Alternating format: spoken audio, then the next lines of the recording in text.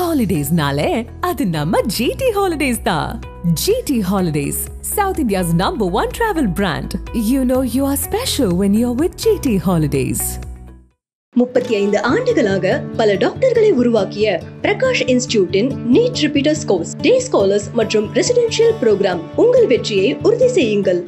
இப்போ புக்கிங்லேயே ஒரு 525 கோடிக்கு மேலே வந்துடுறதா சொல்கிறாங்க. நீங்கள் கலாநிதி மரன் 350 கோடி ரூபா பணத்தை தண்ணி மாதிரி செலவு பண்ணி படத்தை உருவாக்கிறவர்.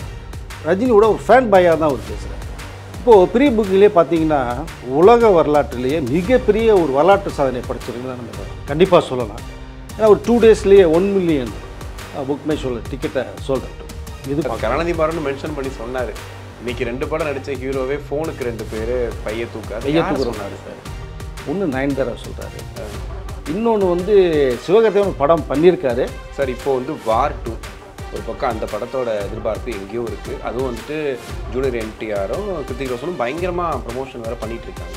வட இந்தியாவில் கூலி வந்து ஒரு கணிசமான ஒரு தொகை எடுத்தால் தான் 1000 கோடி அப்படின்றதுக்குள்ள வரும். இல்லை அட்லீஸ்ட் ஒரு 750 கோடியை தாண்டி போகும்னு சொல்கிறாங்க. இப்போ வார் 2 டிஸ்டர்ப் பண்ணாங்க. இது கூலிக்கு முன்னாடி வார் 2ன்னு பேசப்பட்ட ஒரு விஷயம். கூலி எப்போ உங்களுக்கு இந்த ப்ரொமோஷனல் ஹைப் கொடுத்தாங்களோ அந்த ப்ரீ புக்கிங்கில் அந்த ஒரே நாளே பட்டை கிளப்பிச்சோம். வார் 2 சுத்தமாக வாஷ் அவுட்ல. டோட்டலாக ஓவர் வந்தால் வேர்ல்டு வைடாக பார்த்தீங்கன்னா எந்த படமே பண்ணாத ஒரு ரெக்கார்ட் பிரேக்கை கூலி பண்ணிட்டு. ஸோ அந்த எக்ஸ்பெக்டேஷன் அதிகமாக இருக்குது. 50க்கும் மேற்பட்ட உலக நாடுகளில் 100 கோடிக்கும் அதிகமான ஆகாயம் தமிழ் பார்வையாளர்களுக்கு பேரன்பும் திருநன்றியும். உலகெங்கும் வாழும் ஆகாயம் தமிழ் நெஞ்சங்களுக்கு கிறிஸ்டியின் அன்பு வணக்கம். நம்மோடு சினிமா விமர்சகர் வெங்கடேஷன் இருக்காரு. வணக்கம் சார். வணக்கம் சார். எப்படி இருக்கீங்க சார்? நல்லா இருக்கேன் சார்.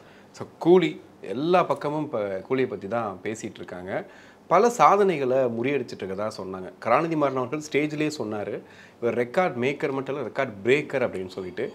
ஜெயிலரை தாண்டிடுமா, லியோவை தாண்டிடுமா, ஒரு பெரிய வசூல் இந்த படம் எட்டிடுமா அப்படின்னும் போது இப்போ புக்கிங்லேயே ஒரு 525 கோடிக்கு மேலே வந்துடுறதா சொல்கிறாங்க. நீங்கள் எப்படி பார்க்குறீங்க அதை? Box office king super star Rajini அப்படின்னு தான் நம்ம சொல்லலாம். அவருடைய ரெக்கார்டை அவர் தான் உடச்சிட்ருக்கார். நீங்கள் கலாநிதி மரன் 350 கோடி ரூபா பணத்தை தண்ணி மாதிரி செலவு பண்ணி படத்தை உருவாக்கிறவர். ரஜினியோட ஒரு ஃபேன் பாயாக தான் அவர் பேசுகிறார். பட் அந்தளவுக்கு ரஜினிகிட்ட இருக்கிற அந்த ஒரு மாஸ், இந்த எலிமினேட் இதெல்லாம் நீங்கள் பார்க்கும்போது அவர் எப்படி உருவாக்கலாங்கிறத ஜெயிலரில், பேட்டையில் வந்து வேற ஒரு ரஜினியை காமிச்சாங்க, ஜெயிலரில் வேற ஒரு ரஜினி, கூலியில் நீங்கள் டோட்டலாகவே கலர் மாறி இருக்கும். இப்போது ப்ரீ புக்கிங்லேயே பார்த்தீங்கன்னா உலக வரலாற்றிலேயே மிகப்பெரிய ஒரு வரலாற்று சாதனை படைச்சிருக்குன்னு தான் நம்ம கண்டிப்பாக சொல்லலாம். ஏன்னா ஒரு 2 டேஸ்லேயே 1 மில்லியன் புக் மை ஷோவில் டிக்கெட்டை சோல்ட் அவுட். இதுக்கு முன்னாடி வந்த படங்கள் எல்லாமே பார்த்தீங்கன்னா ஒரு 800K அந்த மாதிரி தான் கிராசிங். கூலி மட்டும் 1 மில்லியன் வந்து 2 டேஸில் அடித்து எல்லாத்தையுமே டோட்டலாக வாஷ் அவுட் பண்ணியிருக்கு. இது உண்மையிலே இந்த படமே 14th ரிலீஸு, உங்களுக்கு 8th ஓப்பன் பண்ணாங்க, 9th நைட்டு 10th மார்னிங்லாம் சொல்லிட்டு உங்களுக்கு 4 டேஸ் டிக்கெட் டோட்டலாக எங்கேயுமே இல்லை. தமிழ்நாடு போகிறான். நெக்ஸ்ட் வீக் மண்டேலேருந்து அடுத்த சண்டே அந்த இந்த 7 டேஸ் இருக்குல்ல, அந்த டிக்கெட் கொடுக்க ஆரம்பிச்சிட்டாங்க. டோட்டலாக பார்க்க போனீங்கன்னா ஒரு 12 டேஸ் வந்து படம் வந்து ஃபுல்லு. இப்போ நீங்கள் 4 நாளே தமிழ்நாடு பூரா கிட்டத்தட்ட 1000 ஸ்க்ரீன் மேலே படம் ரிலீஸ் ஆகுது. அது ஒரு மிகப்பெரிய விஷயம். திருப்பூர் சுப்பிரமணியமே இந்த படம் இந்த அளவுக்கு மிகப்பெரிய அளவில் வசூல் வந்து முன்னாடியே முன்பதிவிலே பண்ணியிருக்கிறது மிகப்பெரிய ஒரு ரெக்கார்டு அப்படிங்கிறது அவருடைய ஸ்டேட்மெண்ட்டை வேறு சொல்கிறார். பட் இது வந்து எதிர்பார்த்த ஒன்று, ஆனால் எதிர்பார்க்காத அளவுக்கு அடித்து எல்லாத்தையும் தம்சம் பண்ணிகிட்டு இருக்குங்கிறதா என்னுடைய பார்வைக்கு தெரியும். ஆனால் இப்போ சன் பிக்சர்ஸ் சைடில் இருந்து ஒரு பெரிய ப்ரெஸ் மீட்டு விஷயங்கள் இல்லை எங்கேயாவது மற்ற மாநிலங்களில் அதை ப்ரமோட் பண்ணாங்களா அப்படின்னு கேட்கும்போது அந்தந்த மாநிலங்களில் அவங்கவுங்க ரிலீஸ் பண்ணுறவங்க ஒரு ஈவெண்ட்டை வச்சு ப்ரமோட் பண்ணிக்கிட்டாங்க. பெருசாக ஒன்றும் ப்ரமோஷன் கிடையாது. அதுவும் இது ஸ்டார்டிங்கில் இருக்கும்போது பெரிய அளவில் இது ஒரு எக்ஸ்பெக்டேஷன் க்ரியேட் பண்ணலை. ஆனால் இப்போது ரீசெண்ட் டைமில் எங்கே பார்த்தாலும் கூலி எப்போ ரிலீஸ் ஆக போகுது அப்படின்ற மாதிரி இன்ஸ்டாகிராமில் மீம் பார்க்குறோம், ஃபேஸ்புக்கில் பார்க்குறோம். ஸோ சன் பிக்சர்ஸ் நம்புகிறாங்களா, இவங்களே படத்தை எடுத்துகிட்டு போயிடுவாங்க, நம்ம ஏன் எஃபோர்ட் போடணும்னு நினச்சிட்டாங்க? அப்படி இல்லை சார். அவருடைய கால்குலேஷன் என்னென்னா, ரஜினிங்கிற ஒரு மாஸ் உச்ச நடிகர் ஒருத்தர் இருக்கார், அது போதும் இந்த ப்ரொமோஷனுக்கு. மேற்படி இப்போ யாரையுமே மக்களை சந்திக்க வேண்டியது அவசியம் இல்லை, அவர் ஒரு ஸ்பீச் வாய்ஸ் கொடுத்தா போதும் அப்படிங்கிறது தான் அவங்களுடைய கான்செப்ட். அதெல்லாம் சென்னையில் மட்டும்தான் ஒரு ஈவெண்ட் ஒன்று பண்ணுவாங்க, ஸோ ஆடியோ லான்ச்சுன்ற பேரில் ஒன்று பண்ணுவாங்க. ரஜினி சார் அங்கே வந்து சில விஷயங்களை பேசுவார். இப்போ பேசுகிறது வந்து உணர்வுபூர்வமான சில விஷயங்கள், ரொம்ப ஹியூமராக பேசினார். ரஜினி ஒருத்தர் போதும், வேறு வெளியூர்கள் போக வேண்டிய அவசியமே இல்லைங்கிறது அவங்களுடைய கான்செப்ட். அப்படி தான் இருக்குது. ஓகே. நீங்கள் ஹைதராபாத்தில் ஈவெண்ட் ஒன்று பண்ணாங்க, அது நாகார்ஜுனா அங்கே ரிலீஸ் பண்ணுறாரு. அங்கே ஒரு ஒன்று தான் பண்ணாங்க. அது எந்த அளவுக்கு பேசப்பட்டுச்சுங்கிறது ஒன்று தெரியும். அங்கே தான் அவர் வந்து எக்ஸ்போஸ் பண்ணுறாரு. இந்த கூலி 100 பாஷாவுக்கு சமம் அப்படிங்கிறத அவரும் இங்கே எக்ஸ்போஸ் பண்ணுறாரு. ஸ்டேஜில் சத்யராஜ் ஒரு டான்ஸ் ஒன்று பண்ணுறாரு. ஸோ எல்லா பேருமே என்னென்னா ஒரு ஃபேன் பாயாக மாறி இருக்காங்க அப்படிங்கிறது தான் தெரிய வருது. ரஜினி படத்தில் நடிச்சிருந்தா கூட அமீர்கானே சொல்கிறாரு, ஸ்டைல்னா ரஜினி, ரஜினினா ஸ்டைல். உபேந்திரா சொல்கிறாரு. உபேந்திரா வந்து உபேந்திரா இன்னொரு பக்கமும் இதையும் சொல்லணும். வேற ஒரு பக்கம் என்னென்னா, நான் ஒரு 25 இயர்ஸாக வந்து ரஜினி சாரோட படம் பண்ணணும்னு ரொம்ப ஆவலாக இருந்தேன். 15 வருஷத்துக்கு முன்னாடி ஒரு வாய்ப்பு வந்தது, பண்ண முடியாமல் போச்சு. இந்த வாய்ப்பு எனக்கு கிடைச்சது மிகப்பெரிய ஒரு பாக்கியமாக கருதுறேன்னு சொல்லி நேற்று என்ன பண்ணியிருக்கேன்னா, ஒரு லட்சுமி குபேர பூஜை பண்ணியிருக்கார் உபேந்திரா. ஓகே. கூலி படம் மிகப்பெரிய ஒரு சக்ஸஸ் ஆகணும், 1000 கோடியை தாண்டணும்னு சொல்லி அவரும் பூஜை பண்ணியிருக்கார். இதில் ஹீரோ ரஜினி. ஸோ உபேந்திரா ஒரு கேமியோ ரோலில் வர்றார். செகண்ட் திங் பார்த்தீங்கன்னா, சத்யராஜுக்கும் ரஜினி சாருக்கு எந்த ஒரு அண்டர்ஸ்டாண்டிங் இருக்கிற ஒரு விஷயத்தில் ரஜினி சார் ஓப்பன் பண்ணார். அவர் என்ன சொல்கிறாரு, ஒரு மனுஷன் நிற்கும் போது ஸ்டைலாக இருக்கலாம், நடக்கும் போது ஸ்டைலாக இருக்கலாம், ஸோ ஆக்ட் பண்ணும்போது ஸ்டைலாக இருக்கலாம், ஒருத்தர் மனுஷன் தூங்கும் போது ஸ்டைலாக இருப்பான் அப்படிங்கிற ரஜினி வச்சுருக்காரு. அந்த தூங்கும் போது ஒரு ஸ்டைலாக இருப்பாங்கிறத நான் நேரடியாக பார்த்தேன். சத்யராஜ் சொல்கிறது 100% உண்மை. அவ்வளோ அருமையாக தூங்குவார். அதுலேயே ஒரு ஸ்டைல் இருக்கும் அவர்கிட்ட. கர்ச்சீப்பு மேலே போட்டு, அது ரஜினி சாரே சொல்கிற மாதிரி கால் மேலே என்னங்க அதில் என்னங்க ஸ்டைல் இருக்குது அப்படின்னு ரஜினி சாரே ஒரு பேட்டியில் சொல்லுவார். அது அவருக்கு தெரியாதுல்ல, மற்றவர்களுக்கு தானே, பார்க்குறவங்களுக்கு தானே தெரியாது என்ன ஸ்டைல் இல்லைன்னு சொல்லி.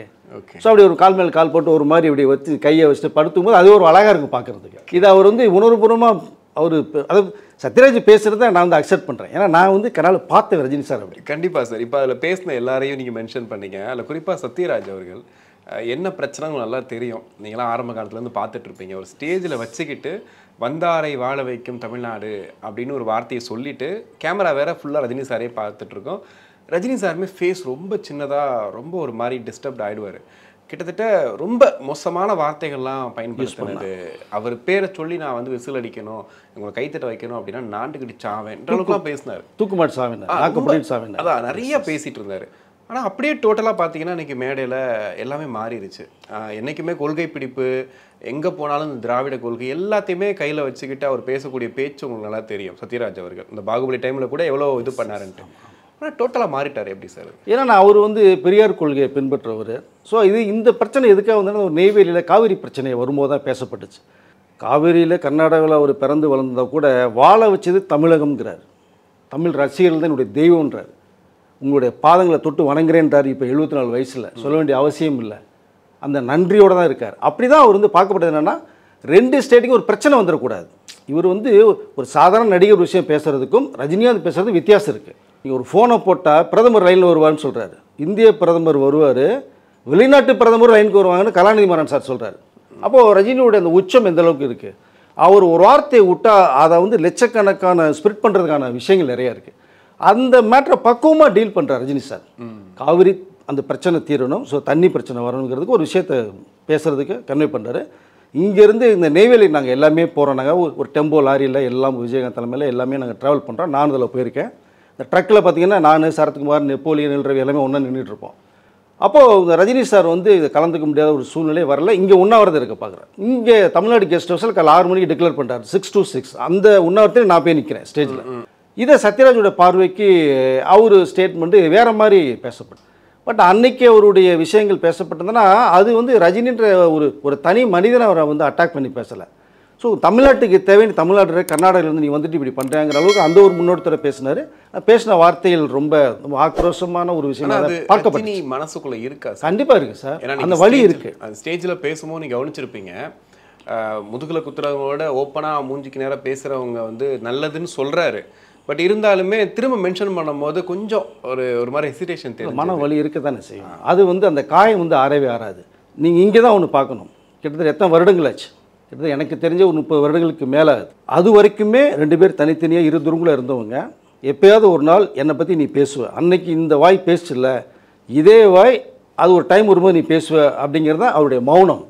இந்த மௌனம் வந்து கலைஞ்சிருக்கு. இனி சத்யராஜே நீ பேசுகிறார். பார்த்தா ஸ்டைல், நின்ன ஸ்டைலு, தூங்குனாலும் ஒரு மனுஷன் ஸ்டைலு, இந்த அளவுக்கு ஒரு ஃபாஸ்ட்டு சுறுசுறுப்பு பார்க்க முடியாத விஷயத்தை கன்வே பண்ணுறாருன்னா, பட் அதை வந்து அதாவது ரஜினி சார் வந்து கொஞ்சம் உடச்சி காம்ப்ரமைஸ் மாதிரி பண்ணி விட்டு போயிட்டார், ஈஸியாக போயிட்டார். பட் நம்மளும் அந்த மாதிரி டெக்னிக்ஸை எடுத்துகிட்டு போயிடலாம். கண்டிப்பாக. ஏன்னா ஆனால் இருந்தாலும் வருத்தம் இருக்கதாச்சு. கண்டிப்பாக இருக்கும் சார். இன்னொரு சைடு பார்த்துருப்பீங்க, ஃபுல்லாக இன்டர்நெட்டில் ரஜினிகாந்த் ஒரு ஹீலர், ரஜினிகாந்த் ஒரு தெரபிஸ்ட் அப்படின்ற மாதிரிலாம் போட்டுட்ருக்காங்க. அந்த ஸ்பீச்சு அது ஒரு காமெடி இருக்குது, ஒரு எமோஷ்னல் இருக்குது, மற்றவங்கள வச்சு செய்கிறதுக்கான அந்த நக்கல் நையாண்டி அதுவும் இருக்குது, ஒரு மோட்டிவேஷனல் குவாட்ஸ் இருக்குது. அவரோட லைஃப்பில் ஒரு இன்சிடென்ட் தான் சொல்கிறாரு. இன்றைக்கி எத்தனை பேர் அந்த இன்ஸ்பிரேஷனாக எடுத்திருப்பாங்கன்றது தெரியல. அவ்வளோ தூரத்தையும் அந்த ஸ்பீச்சில் கொண்டு வரணும். அது இல்லாமல் மைண்ட் கால்குலேஷனில் எதை பேசினா கை தட்டுவாங்க, ஒருவேளை இந்த டைமில் டக்குன்னு ரிமோட் ஆஃப் பண்ணிட்டு போயிடுவாங்களா, எல்லாமே கிளியராக வச்சுருக்காரு. எல்லாரும் இந்த ஃபுல் ஸ்பீச்சையும் கேட்குற அளவுக்கு பேசுகிற விதம் இருக்குல்ல, இதை எப்படி பார்க்குறீங்க? 1 hour ஸ்டாண்ட் பை நின்று பேசுகிறேன், அதுவே அது மிகப்பெரிய ஒரு விஷயம். இந்த வயசில், சின்ன வயசில் நீங்கள் பேசலாம், பட் என்னென்னா ஒருத்தருடைய அந்த அவருடைய அந்த கடந்து வந்த பாதை இருக்குது பார்த்தீங்களா, அதுதான் அவருடைய வாழ்க்கையினுடைய இன்றைக்கி அவர் பேசுகிற ஸ்பீச் எல்லாமே. நீங்கள் ஒரு 10 நிமிஷம் ரஜினி சார்ட்டை நீங்கள் போய் நின்று பேசுனீங்கன்னா உங்களை டோட்டலாக அப்படியே மாற்றிடுவார். அவர் மாற்ற மாட்டார். அவருடைய இந்த ஸ்ட்ரெச்சர், பார்வை, பேசுகிற விதம், 4 வார்த்தை சொன்னாலும் உங்களை அப்படியே அதை உங்களுடைய டோனையை மாற்றிடுவார். அதை தான் லோகேஷ் ஸ்டேஜ்லேயும் பேசுகிறார். இப்போ கூலியில் இது வரைக்கும் பார்த்த லோகேஷ் வேறு சார். உங்கள்கிட்ட கற்றுக்கிட்டதே அவர் படத்தில் நீங்கள் நடிச்சிங்க, எனக்கு கோஆப்ரேட் பண்ணீங்க அப்படிங்கிற விஷயத்தையே அவர் பேசலை. உங்கள்கிட்ட இருந்து எடுத்துக்கிட்ட நிறையா விஷயங்கள் வந்து லோகேஷ் கொஞ்சம் மாறுதலாக இருப்பான், அது நான் ஒரு லெசனாக எடுத்துக்கிறேன் sir, I love you sir அப்படின்னு. பட்டு இவருடைய அந்த பாதையில் வரும்னா நீங்கள் கேட்குற 10 பேரில் ஒரு 5 பேர் வந்து கொஞ்சம் சேஞ்சஸ் ஆனாலே பெரிய விஷயம் அது. பட் அவர் வந்து கரடுமுரடான விஷயங்கள் தாண்டி வந்தவர்.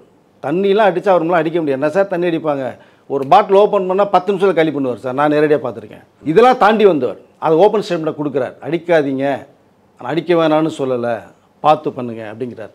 இதுதான் இது வந்து அவருடைய அந்த ஹியூமராக சில விஷயங்களை வந்து அப்படி டச் பண்ணி போகிறதுலையும் அவர் கிங்கு தான். இல்லை, இப்போ வயசு ஆக ஆக சில பேர் பேசுகிற விதம் வந்து மாறிடும், அவங்களுக்கு வந்து இந்த குணங்கள் மாறும் அப்படின்னு சொல்கிறாங்க. ஆனால் எனக்கு தெரிஞ்ச ஒரு 25 வருஷத்துக்கு முன்னாடி ஒரு ஸ்டேஜில் பேசுகிறாரு. அப்போ பேசும்போதும் இதே மாதிரி தான் ஓப்பனாக பேசுகிறாரு, இப்போயும் அப்படி தான் பேசுகிறாரு.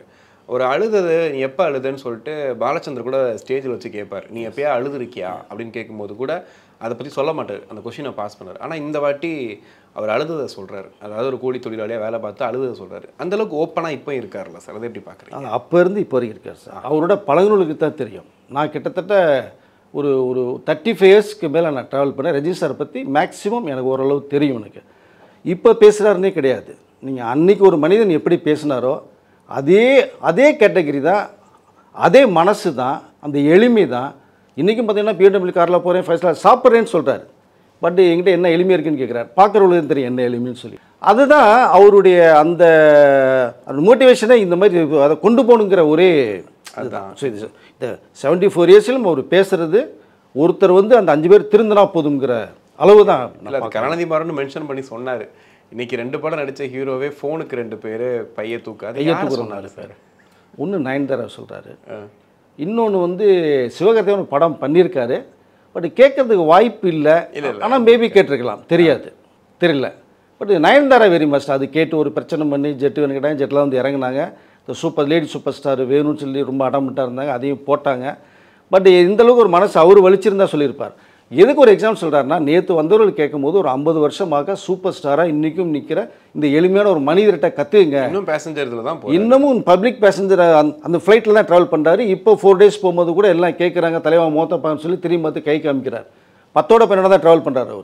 அவர் பொறுத்த மட்டும் ஒரு சாதாரண ஒரு மனிதன் தான் நான் அப்படிங்கிறது தான் அவருடைய ஸ்டேட்மெண்ட். நம்புறாரு. எல்லா பேருமே இப்படி இருக்கணும் அப்படிங்கிறது அவர் சொல்லலை. பட் இன்னைக்கு இருக்கிறத இருங்கன்றாரு.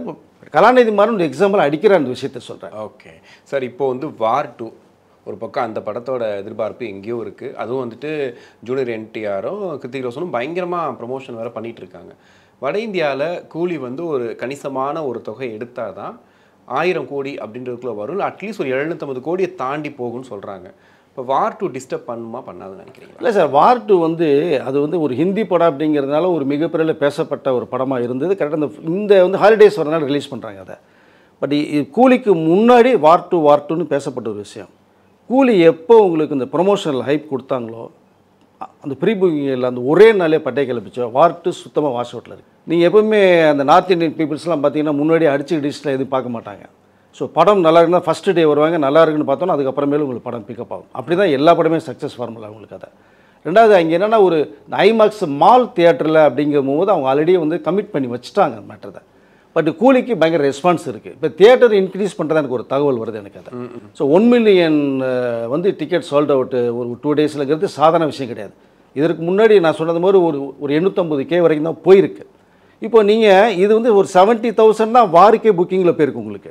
அப்போ எங்கே ஏணி வச்சாலும் எட்டுமா உங்களுக்கு? ஓகே.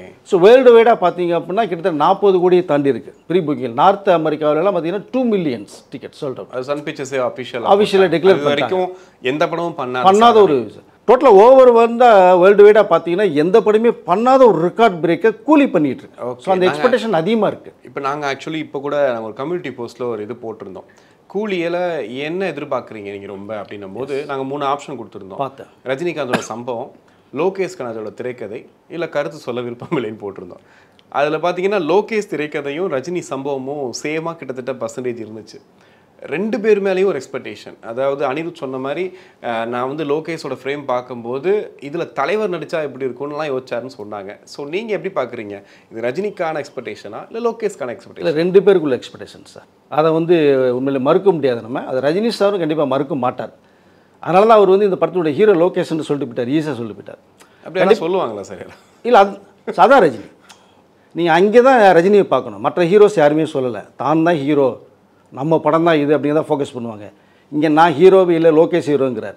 இன்னொரு பக்கம் நாகார்ஜுனா இந்த கதையில் நான் தான் ஹீரோ ரஜினி சார்ட்ட சொல்லிட்டீங்களா, அவர் ஒத்துக்கிட்டார போது இந்த கேரக்டரை நான் பண்ணுறதுக்கு அப்படின்னு அவர் கேட்குறாரு.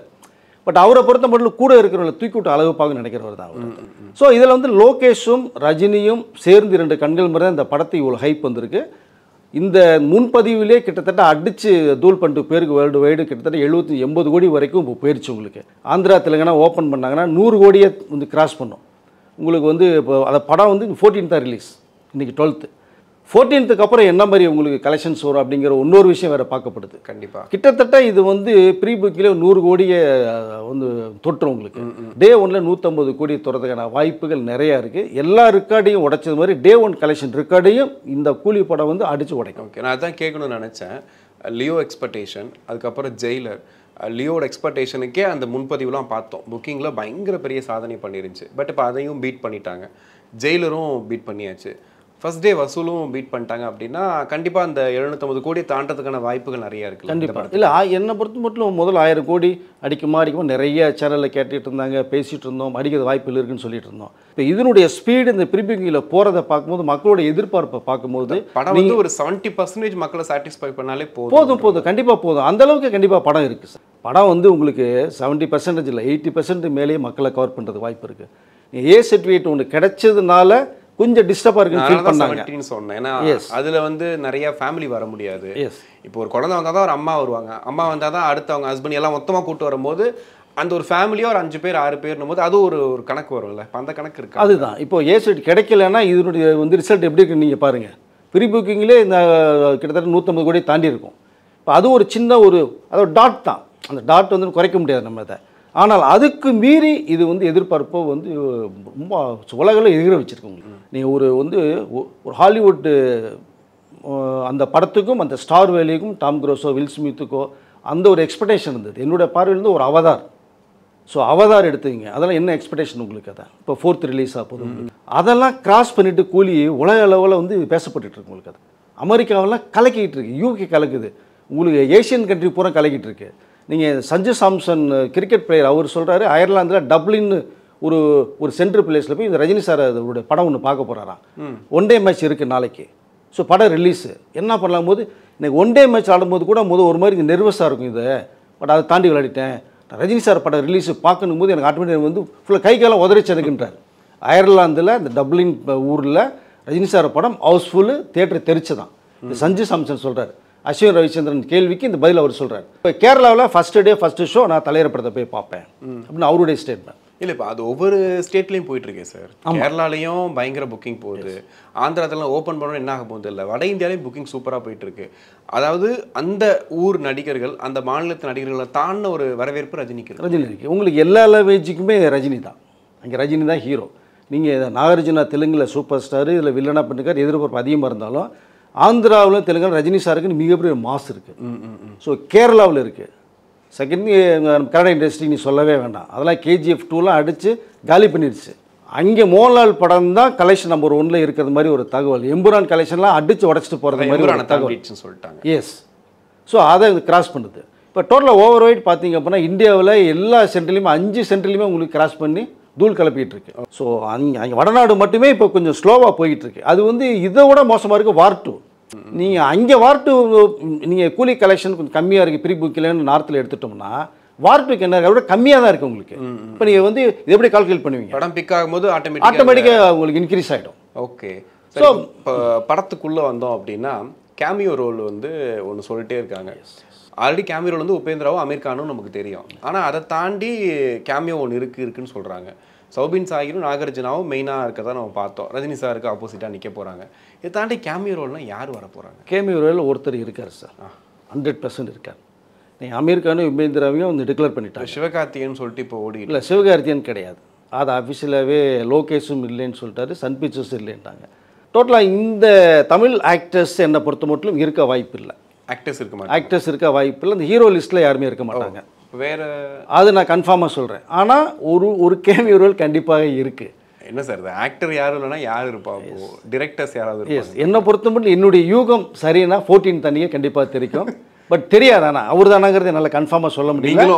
ஆனால் ஒரு தகவல் ஒன்று வருது, போட்டு உருட்டி போடுற சொல்கிறீங்க.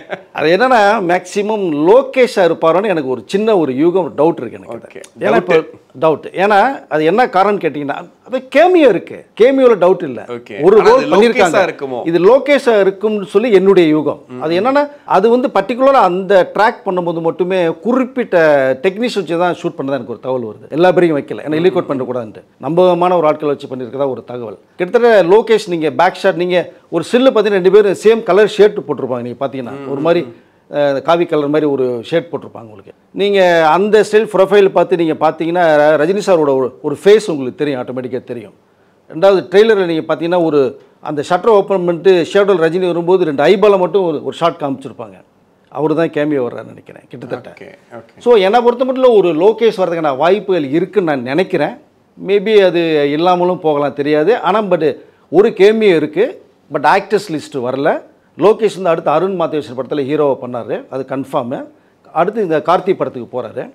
அதுக்கு இடையில் அவருக்கு ஒரு ஆக்டிங் பண்ணோம்னா எப்படி அவருடைய அப்பா அந்த நம்பர் ஐடி நம்பர் பார்த்துட்டு எப்படி ரஜினி சார் சென்டிமெண்ட்டாக ஃபீல் பண்ணாரோ ஃபஸ்ட்டு ஃப்ரேமில் ஸோ ரஜினி சார் நடிக்கலாங்கிற அளவுக்கு ஒரு விஷயத்தை சொன்னாரும் ஒரு தகவல் வருது.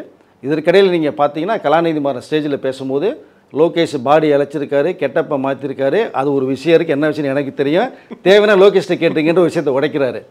அப்போ நம்ம கூட்டி கழிச்சு பார்த்தோம்னா அண்ணாமலை கணக்கு ஒன்று தான் சொல்கிறது மாதிரி. ஸோ லோகேஷாக இருக்குமான்னு நினைக்கிறேன். மேபி ஒருவேளை அவராக இருந்தால் கண்டிப்பாக தெரிக்கும். இல்லை மேபி இருக்கலாம் சார். அவர் தான் வாரத்துக்கு ஒரு கெட்ட போட்டுட்ருக்காரு சார். இப்போ வந்து லோகேஷ் பாயா மாதிரி இருக்காரு. பாயா மாதிரி அப்போ பார்த்தா ஃபங்க் வச்சிருந்தாரு ஷூட்டிங். அப்போ லியோ டைம் இடையில இது வச்சிருந்தாரு, மாஸ்டர் டைம்ல பயங்கர பஃபா வச்சிருந்தாரு. இதில் கூலியில் ஸ்டார்ட் பண்ணும்போது ஃபங்க் மாதிரி தான் வச்சிருந்தாரு, திரும்ப மாற்றினாரு. ஸோ அதனால் கமல் ஃபேனுன்னு சொன்னால் கூட ரஜினி சார் படம் பார்த்து தான் நான் வந்தேன் ஸ்க்ரீனுக்கு அப்படின்னு அந்த விஷயத்தை கன்வே பண்ணுறாரு. இப்போ ஒரு வேளை ஸோ வந்தால் படம் தெரிக்கும். ஏன்னா இதற்கு முன்னாடி பார்த்தீங்கன்னா ரஜினி சாரோட படங்களில் டைரக்டர்ஸ் வந்து ஒரு சாங்குக்கு ஒரு சீனுக்கு வந்துட்டு போவாங்க. நீங்கள் படையப்பால கேசரிங்குமார் அந்த சாங்கு தான் இன்ன வரைக்கும் பேசப்பட்டிருக்கு. எல்லா படத்துலையும் வந்து அந்த மூமெண்ட்டு தான் கேசரிங்குமார் வைக்கிறார். அப்புறம் சங்கர் வந்தார். ஸோ இப்படி டைரக்டர் சங்கர் வந்தார், பி வாசு வந்தார். ஸோ டைரக்டர் வந்து எல்லாமே வர்றாங்க, எல்லாம் வந்துட்டு போனாங்க இல்லையா. நான் ஆக்ட் பண்ணி காமிக்கிறேன்னு லோகேஷ் பண்ணாலும் பண்ணியிருக்கலாம். மேபி ஒருவேளை அது என்னுடைய யூகம் சரியாக இருந்தால் 14 தெரிக்கும். யூகம் தப்பு இருந்தால் கண்டிப்பாக கமெண்ட்ஸில் திட்டுவாங்க. ஸோ மேபி எதுவாக இருந்தாலும் நம்ம மட்டும் கேமியா ஒன்று இருக்குது. பட் அதுக்கு யார் பண்ணாலும் பார்ப்போம். லோகேஷ் தான் நல்லாயிருக்கும். ஓகே, கண்டிப்பாக சார். நிறைய விஷயங்கள் பேசணும். உங்கள் நேரத்துக்கு நன்றி. நன்றி. ஹாலிடேஸ்னாலே அது நம்ம GT Holidays தான். GT Holidays, South India's #1 travel brand. You know you are special when you're with GT Holidays. 35 ஆண்டுகளாக பல டாக்டர்களை உருவாக்கிய பிரகாஷ் இன்ஸ்டிடியூட்டின் நீட் ரிப்பீட்டர்ஸ் கோர்ஸ், டே ஸ்காலர்ஸ் மற்றும் ரெசிடென்ஷியல் ப்ரோக்ராம். உங்கள் வெற்றியை உறுதி செய்யுங்கள்.